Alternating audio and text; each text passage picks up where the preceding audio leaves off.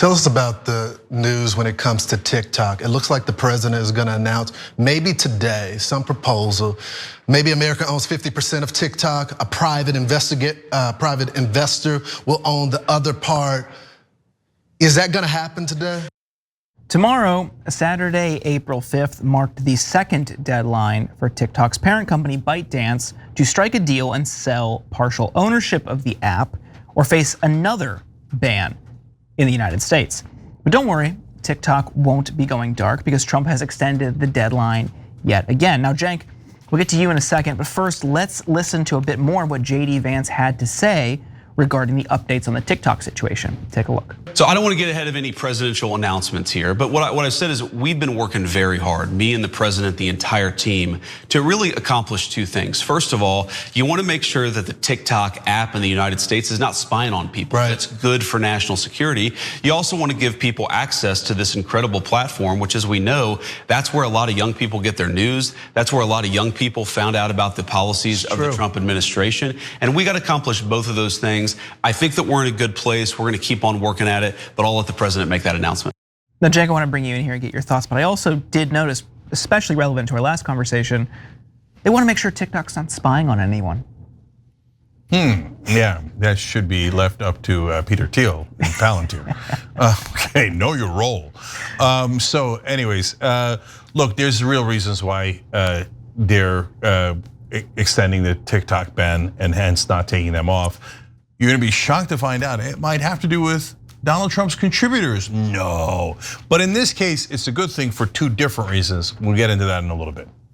Now, as we know, TikTok went dark for its 170 million US users the day before Trump took office, but was restored as a result of Trump's actions. Trump had signed an executive order delaying the enforcement of the ban for 75 days and proposed the US should own 50% of the platform in a quote joint venture. So what has happened since then? TikTok's parent company ByteDance previously said it had no plans to sell TikTok, citing in part the Chinese government's opposition to a sale. However, on January 20th, a spokesperson for China's foreign ministry, Mao Ning, told reporters that the decision, quote, should be independently decided by companies in accordance with market principles. And many corporations have made offers, it seems. Multiple outlets have reported that the Oracle Corporation is the frontrunner to buy TikTok. Oracle is one of the world's largest software companies and one of three major backers behind Trump's $500 billion AI infrastructure investment. TikTok has worked with Oracle to store and process user data in the US since 2020. Other big name players like Amazon and OnlyFans also threw their names in the ring for consideration as of this week. Amazon's bid, we are told, is not being taken seriously according to those involved in the talks. In regards to OnlyFans, founder Tim Stokely partnered with a cryptocurrency foundation to create a new startup for the bid. The intent to bid was sent this week to the White House by Zoop, billionaire Stokely's new company, and the HBAR Foundation, which manages the Hedera cryptocurrency network's treasury. While OnlyFans is known mainly for pornography, Zoop is a mainstream and family-friendly site and gives back the majority of its revenue to those who post on the site, rewarding them for driving up user engagement. Other parties throwing around offers include Blackstone and other private capital firms, Microsoft, Frank McCourt, the former owner of the Dodgers, Project Liberty, and even Mr. Beast. But no deal has been solidified, and even if it was, the Chinese government would still need to approve the deal before it can be completed. This also comes at the same time Trump increased China's tariffs. Note, Trump previously stated he'd consider lowering the tariffs with China to help reach a deal. The TikTok-related announcement came after Trump signed a far-reaching reciprocal tariff policy at the White House in which he imposed a 34% tariff rule on China. Coupled with the existing 20% tariffs on Chinese imports, the true tariff rate on China is now 54%. So as a result of all of this, Trump extended the deadline again. Writing on Truth Social, my administration has been working very hard on a deal to save TikTok and we have made tremendous progress. The deal requires more work to ensure all necessary approvals are signed. He goes on and on. we don't have a deal. Before the hour ends, Cenk, I want to bring you in here. What do you think of this and how we got to this point? So I don't want them shutting down TikTok. I think this is a terrible idea. So I like TikTok, but that's my personal affinity to TikTok is not the relevant part. The fact that hundreds of millions of people use TikTok, some of them make their living on TikTok. Certainly they get out their messages on TikTok. All of that is what's relevant, and shutting it down is totally unacceptable. So number two, they're lying to you. They're not really worried about China and their spying. They're worried about Israel. And I'm not just making that up. Senator Mark Warner, Senator Mitt Romney, Representative Mike Gallagher, in a bipartisan fashion, we've showed it to you many, many times on the show, have said, oh yeah, we were doing it for Israel.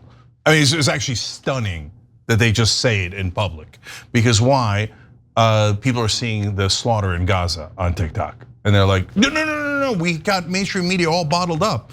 And they know their role and they shut up about Israel. But these real human beings on TikTok won't shut up. We can't stop their videos, right? So that's the number one reason why they wanted to shut down TikTok. Number two, or whatever number we're on, Scott Galloway had actually a really good point about this. If an American company buys it, because it gets rid of the regulatory overhang on it, the value of the company will go up about 25%. And it's already a mega valuable company. So that is billions of dollars on the line. So whoever greases the Trump administration better might get that several billion dollars when they're the ones that are allowed to buy TikTok, either in whole or in part. So those are the games that are being played behind everybody's back. So why did Trump switch his position on this? Because when he was in office, he was also trying to ban TikTok, because Trump is just conducting an auction. Earlier, he was like, who wants to ban TikTok? Here we go, do I hear Israel? Israel, going once, going twice. You'd like to ban it, I'll take some money from you and I'll ban it, okay? Now, while he was running, Jeff Yass, well, who's Jeff Yass? Here, let me tell you real quick. Let's go to graphic 6. Billionaire investor and Club for Growth donor Jeff Yass holds a 15% stake in TikTok's parent company, ByteDance. Club for Growth leaders have been vocal opponents of the move to ban TikTok. Club for Growth president David McIntosh has been in meetings on the Hill with Conway about the issue, according to one of the people familiar with the meetings. So then, former President Donald Trump praised Yass as fantastic when they were both at the Club for Growth's retreat as a presumptive Republican nominee, courts Yass to help his presidential campaign. Huh, really? Shortly after the meeting, Trump wrote on Truth Social Thursday, this is of course earlier, if you get rid of TikTok, Facebook and Zucker Schmuck will double their business. But right now, Zucker Schmuck is in the middle of also funneling money to Donald Trump, and so he might also avoid regulation. So, and even Steve Bannon called the flip-flop on TikTok, quote, simple, Yaz coin, right? So Yaz gave $1.5 million to Trump's campaign at that point, and they're promising to give a lot more to Donald Trump. So Donald Trump's now at the second part of the auction. Okay, Israel, you've been outvoted or outbid. Jeff Yaz got $1.5 million. Can I see 2? Can I see 2.5? Can I see? Oh, you're gonna give it to me in my campaign? Not bad, but I already won. Give it to me in my meme coin that goes directly into my pocket. Here we go. Can I see 4.5 million? Can I see 5.5 million? That's what's being. This is politics in America. I have to think that, first of all, just so folks know, like the Chinese government owns this app. Like that's how business works in China. The government, businesses exist at the behest of the CCP. So that's what is telling me is driving this extension. Like they can't just bully the Chinese into being like, oh, we're gonna take away your US market. I don't think they're motivated by money in the same way that obviously Americans are. And so the Chinese probably want something in return if they're gonna sell this valuable piece of internet real estate. And I think that's what's holding this up. They can't just strong arm the CCP into selling TikTok to them. And I feel pretty confident that the CCP like isn't really scared that they no longer get to have TikTok in America.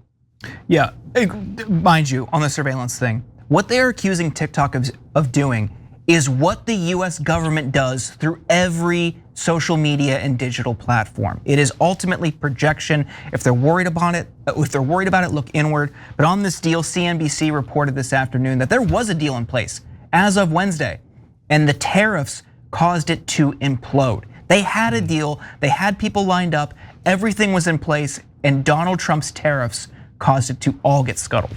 Okay, last thing is to go along with what Jordan said. Look, if you're worried about spying, do a universal rule that applies to all the social media. Why not? What kind of logic is, no, China spying on you is bad, but if Zucker Schmuck, in Trump's terms, does it on Facebook, totally fine. If YouTube does it, totally fine. Everything's fine, unless, of course, we're trying to make money from TikTok. Every time you ring the bell below, an angel gets his wings. Totally not true, but it does keep you updated on our live shows.